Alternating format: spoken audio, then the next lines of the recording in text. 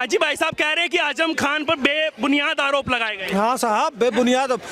जब मुजफ्फरनगर का दंगा हुआ था ना, डीएम से लेके सबको हटवाए और वहाँ से किस तरह से पिटवाए, वो देश देखा था। आपका राज था, आप पुलिस, उसी पुलिस से भैंस ढूंढवाते थे, है ना। किस तरह का आतंक उत्तर प्रदेश में मचा रखे थे और किसको किसको गाली कहते थे, इस भारत माँ को डायन कहते थे। उनको तो जेल में सड़ा के मार देना चाहिए। जो हमारे भारत माँ को डायन कहे उसको फांसी पे चढ़ा दो। यही वही आजम खान ने कहा था।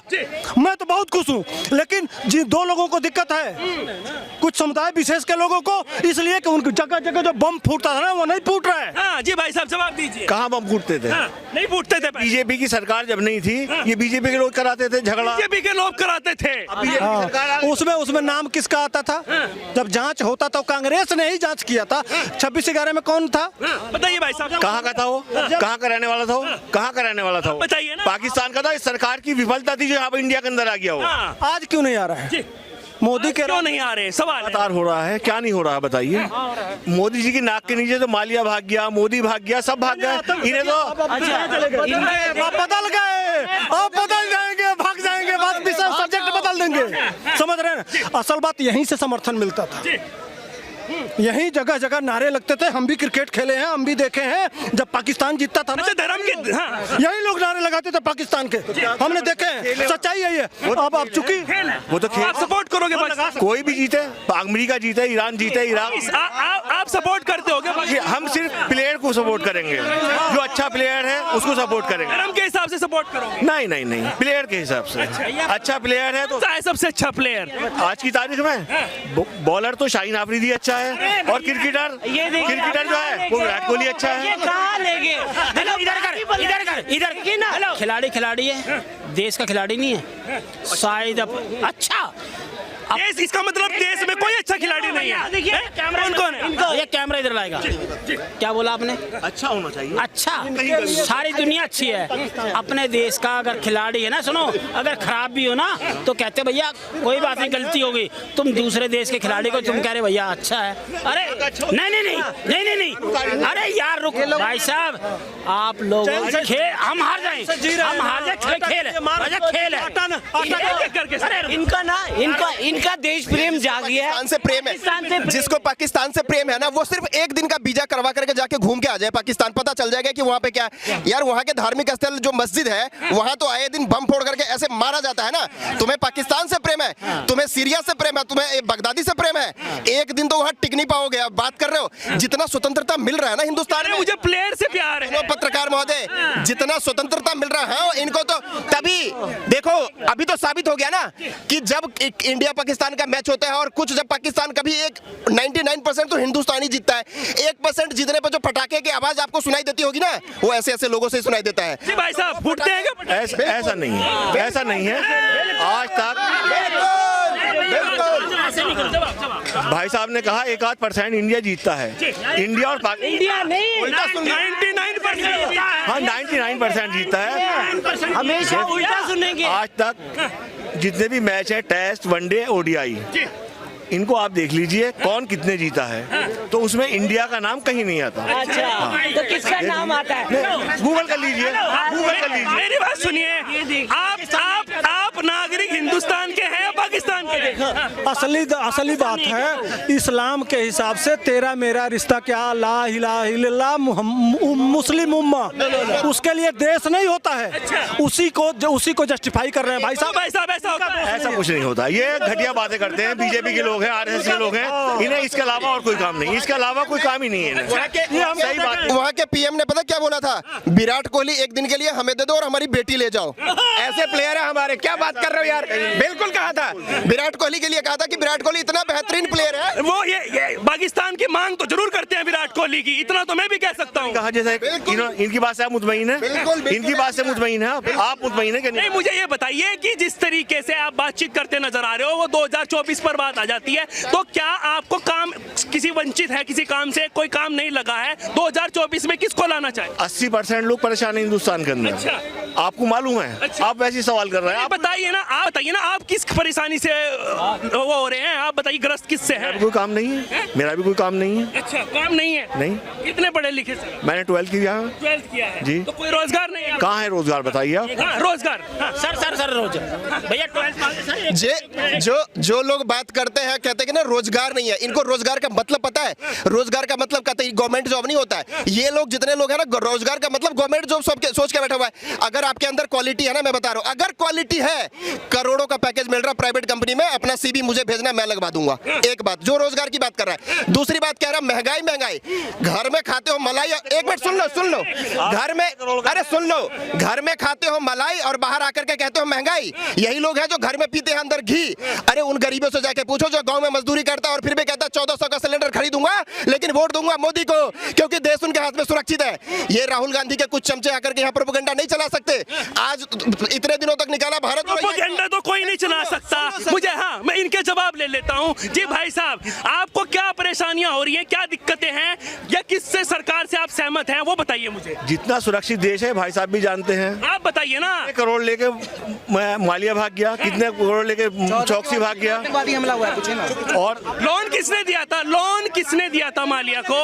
लोन किसने दिया? सरकार ने तो कांग्रेस ने लोन दिया तो उसका रोकथाम तो रजू करनी चाहिए थी। इनके हाथ में सत्ता थी। अच्छा। सत्ता तो इनके हाथ में थी, क्यों भागा वो? इनसे मिली भगत थी उसकी जो भाग गया वो। मतलब लोन कांग्रेस ने दिया, मिली भगत इनके साथ। भाई साहब, सरकार तो दूसरी आ गई थी, पलट गई थी। इनके हाथ में तो, कांग्रेस के हाथ में कुछ नहीं था। भाई साहब आरोप लगा रहे हैं कि बीजेपी की सरकार में भागे हो। नहीं, एक बात बताइए, बीजेपी की सरकार में भागे है ना, लोन किसने दिया? किसके सरकार में लोन दिया वो आपको पता है? वो एनपीए रोक नहीं पाए। वो एनपीए कब बना पता है आपको? क्यों? अरे भाई साहब एक बात बताइए, एक इंडिविजुअल को गवर्नमेंट रोकने के लिए जाएगी? बताइए आतंकवादी कैसे देश में आ जाते हैं? आतंकवादी, मेरी बात सुनो, आतंकवादी की ये बात कर रहे हैं भाई साहब। मैं पत्रकार महोदय आपको बताऊं, जहां पे ये खड़े होकर के बता रहे, डिबेट कर रहे हैं ना, आए दिन यहां भी बम फूटते थे। 14 के बाद ये पॉसिबल हो पाया है कि आतंकवादियों ने हिम्मत नहीं है कि एक बम आकर के फोड़ दे। आपको पता है बीजेपी के थे फोड़ने वाले? भाई साहब, देश में झगड़े अब नहीं हुए। नहीं, बताइए तो। मुझे लग रहा है कि आप जानते थे कौन थे वो। कौन सी घटना नहीं हो रही बताइए? नहीं, बताइए ना कौन थे वो। 40 जो जवान शहीद हुए थे, किसकी गवर्नमेंट थी उस वक्त? किसकी गवर्नमेंट थी बताइए आप? बीजेपी की थी। पुलवामा वाला बोल रहे हैं ना, वो कायराना हमला था, और उसको आपको पता है 14 के बाद एक भी आतंकवादी हमला नहीं हुआ। ये वही लोग हैं, सुनिए, जो अभी जय श्री राम भी बोलेंगे, हिंदुस्तान जिंदाबाद भी बोलेंगे। पता है क्यों? यूपी में 1993 में जो ढांचा गिरा था तो एक नारा चला था, मिले मुलायम काशीराम, हवा में उड़ गए जय श्री राम। और जब वहां पे बीजेपी की नेत्री महिला बोली थी कि एकता कमी, जिस दिन हमारी सरकार बनेगा ना, क्या मुलायम के काशी, हम सारे बोलेंगे जय श्री राम। अभी जय श्री राम भी बोलेंगे, हिंदुस्तान जिंदाबाद भी बोलेंगे। और ये बोल रहे हैं देश में आतंकवादी आते कहां से? यहाँ तो पैदा हो रहे हैं, अफजल गुरु ये सब जो पैदा हो रहे हैं, आप लोग उनके समर्थन में कूदिएगा तो देश में हर गद्दार पैदा होगा। आप लोग जैसे लोग आतंकवादी को समर्थन करते हैं, आप लोग के घर में पैदा हो रहा है ना रहेगा। मुसलमान कभी इस देश का गद्दार नहीं रहा। मुसलमान ज्यादा तो प्यार इस देश को करता ही। कौन कह रहा है? कौन कह रहा है गद्दार? ये कह रहा है ना, भैया ने कहा ना अभी। अब अभी भी मेरा नाम छोड़िए ना, क्या वो काम से मतलब रखिए। नाम बताइए पहले। नाम विवेक है।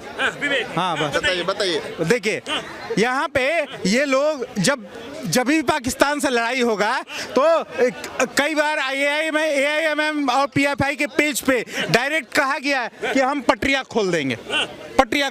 ये अगर देशभक्त हैं तो जब पाकिस्तान के साथ लड़ाई होगा तो पटरियां खोलने की बात क्यों करते हैं? तब किसने की? PFI का फुल फॉर्म ही है पाकिस्तानी फ्रेंड इन इंडिया। और वही पाकिस्तानी जो फ्रेंड यहाँ रह रहे हैं, उनसे वो जो गजवाए हिंद का ऐलान कर रहे हैं, वो लोग देशद्रोही है, वो लोग गद्दार है। अगर ये समर्थन करे तो ये भी देशद्रोही हो जाएंगे। जो PFI का समर्थन, PFI का कोई ऐसा कारनामा नहीं है जिसे आतंकवादी कहा जाए। आतंकी सर, वो गजवाए हिंद की बात कर रहे हैं, उसे जस्टिफाई कर रहे हैं। बैन लग गया आतंकी से। सुन तो लो यार, आतंकी संगठन था इसीलिए बैन हुआ है। और उसने क्या कहा? अरे सर, सिमी बैन है, इंडियन मुजाहिदीन बैन है। जब तक अखिलेश यादव था तब तक दंगे होते थे। योगी जी जब तक दंगे बंद है, पत्थरबाजी हुई थी कानपुर मस्जिद से। राहुल गांधी तो ठग बोल रहे हैं योगी जी को। क्यों बोल रहे हैं? राहुल गांधी तो खुद ठग है। सबसे बड़े ठग है योगी जी। योगी जी ठग है। कितने केस चल रहे थे आपको पता है? आपको बताते हैं, जो व्यक्ति बोलता है कि सनातन धर्म राष्ट्रीय धर्म है, सनातन धर्म को लेकर चल रहा है, भगवा वस्त्र पहनता है, अगर उनको ये ठग बता रहे हैं तो ये पूरा सनातन को लड़का रहा है। और आपको बताते हैं, ये जितना यार ये फतवा गैंग है, है ये टुकड़े टुकड़े गैंग है, ये दंगाई गैंग है,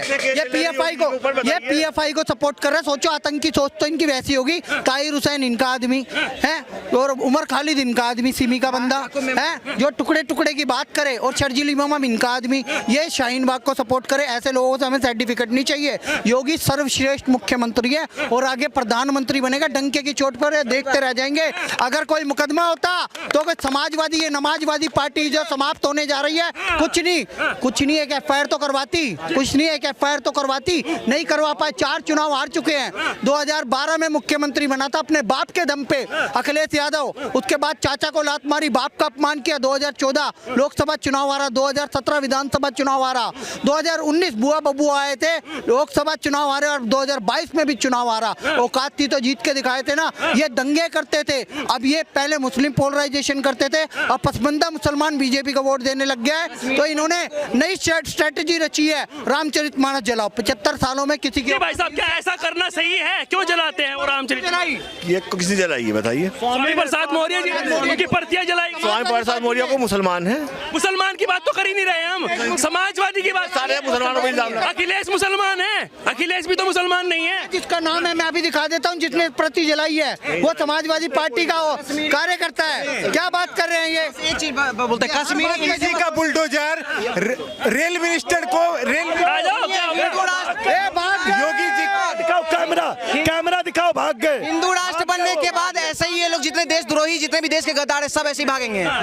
क्या ये बड़े मोदी जी प्रधानमंत्री कैसे बनेंगे? मैं आपको बहुत अच्छा उदाहरण दे रहा हूँ। मैं छत्तीसगढ़ से हूँ, एक उद्योगपति हूँ। मेरी खुद की पोहा मिल है, पोहा उद्योग, जो पोहा हम ब्रेकफास्ट में खाते हैं। आज 15 दिन से मेरी फैक्ट्री बंद है। क्यों बंद है? क्योंकि छत्तीसगढ़ की नीति खराब है। कांग्रेस गवर्नमेंट वहाँ आज धान 2700 में मिलती है और बाकी स्टेट में 2100-1900 में मिलती है। तो हमारी फैक्ट्री बंद हो गई, हम बाकी स्टेट में माल नहीं बेच पा रहे हैं। अगर हमें नया उद्योग खोलना है तो हर खिड़की में 50,000, 1,30,000 रुपए कमीशन देनी पड़ती है, तब हमारी आगे बढ़ती है। तो हम फैक्ट्री बंद करके बैठे तो रोजगार कैसे देंगे दूसरों को? और सेंट्रल की स्कीम हमें मिलती है तो तुरंत हमारे अकाउंट में स्कीम आ जाती है, पैसे आ जाते हैं।